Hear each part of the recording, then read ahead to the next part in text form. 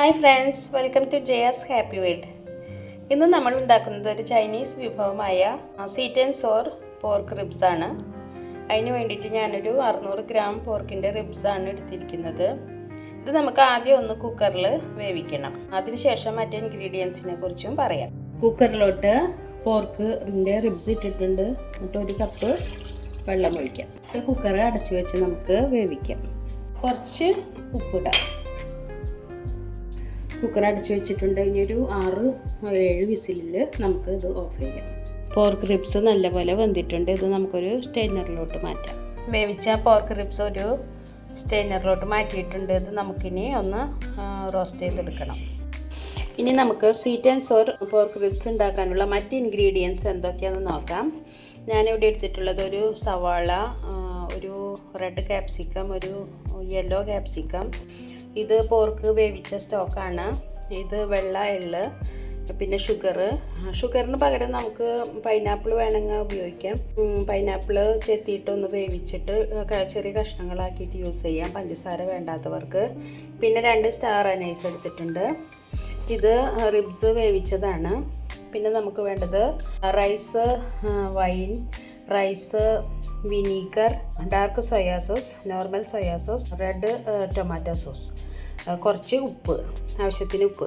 ഇത്രയും കാര്യങ്ങളാണ് വേണ്ടത്. ഇനി നമുക്കിത് പോർക്ക് റിബ്സ് തയ്യാറാക്കാൻ തുടങ്ങാം. ഒരു ചൂടായ പാനിൽ ഞാൻ സൺഫ്ലവർ ഓയിൽ ഒഴിച്ചിട്ടുണ്ട്.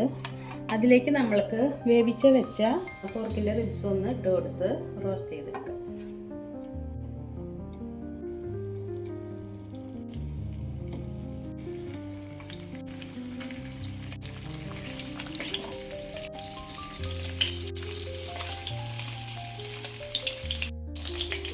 ഒരു വശം വെന്ത് കഴിഞ്ഞാൽ നമുക്കതൊന്ന് മറിച്ചിട്ട് കൊടുക്കാം.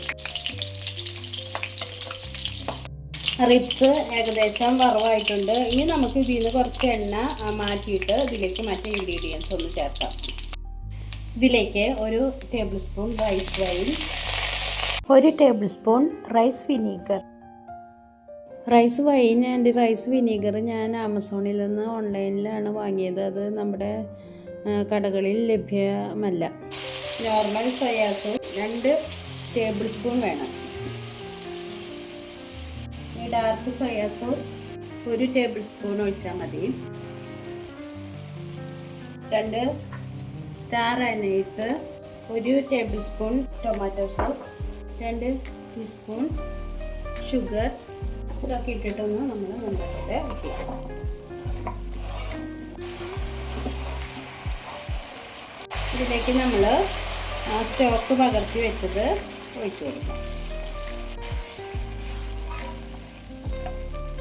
ഒരു 5 മിനിറ്റ് നമുക്കതൊന്ന് മൂടി വെച്ച് വേവിക്കാം.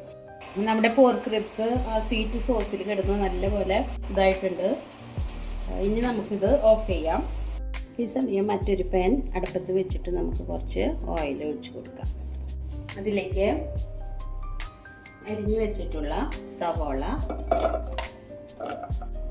ക്യാപ്സിക്കം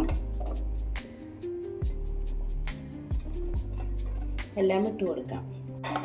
അതൊന്ന് ഇളക്കി കൊടുക്കാം. കുറച്ച് ഉപ്പിടാം.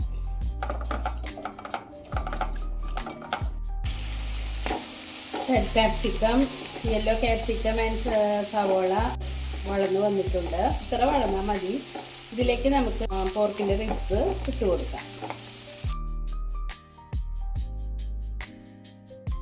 നല്ലപോലെ ഇളക്കി കൊടുക്കാം. ഇത് ഒരു എരിവും പുളിയും മധുരവും ഒക്കെയുള്ളൊരു കറിയാണ്. നല്ല ടേസ്റ്റിയാണ്.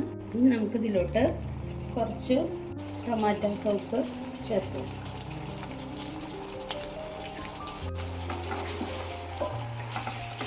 നല്ലപോലെ ഇളക്കി കൊടുക്കാം. കുറച്ച് വെള്ള എള്ള് സീഡ്സ് നമുക്ക് ഇതിലേക്ക് ഇട്ട് കൊടുക്കാം. നമ്മുടെ പോർക്ക് റിബ്സ് തയ്യാറായിട്ടുണ്ട്. ഇനി നമുക്ക് ഇതൊരു സെർവിങ് ഡിഷിലോട്ട് മാറ്റാം. ഗ്യാസ് ഓഫ് ചെയ്യാം. Sweet and sour Chinese pork ribs ഇവിടെ കറി തയ്യാറായിട്ടുണ്ട്. എല്ലാവരും ഇതൊന്ന് ട്രൈ ചെയ്ത് നോക്കണം. ഇനി ഒരു വീഡിയോ ആയിട്ട് വരുന്നത് വരെ bye from Jaya's happy world. Thank you.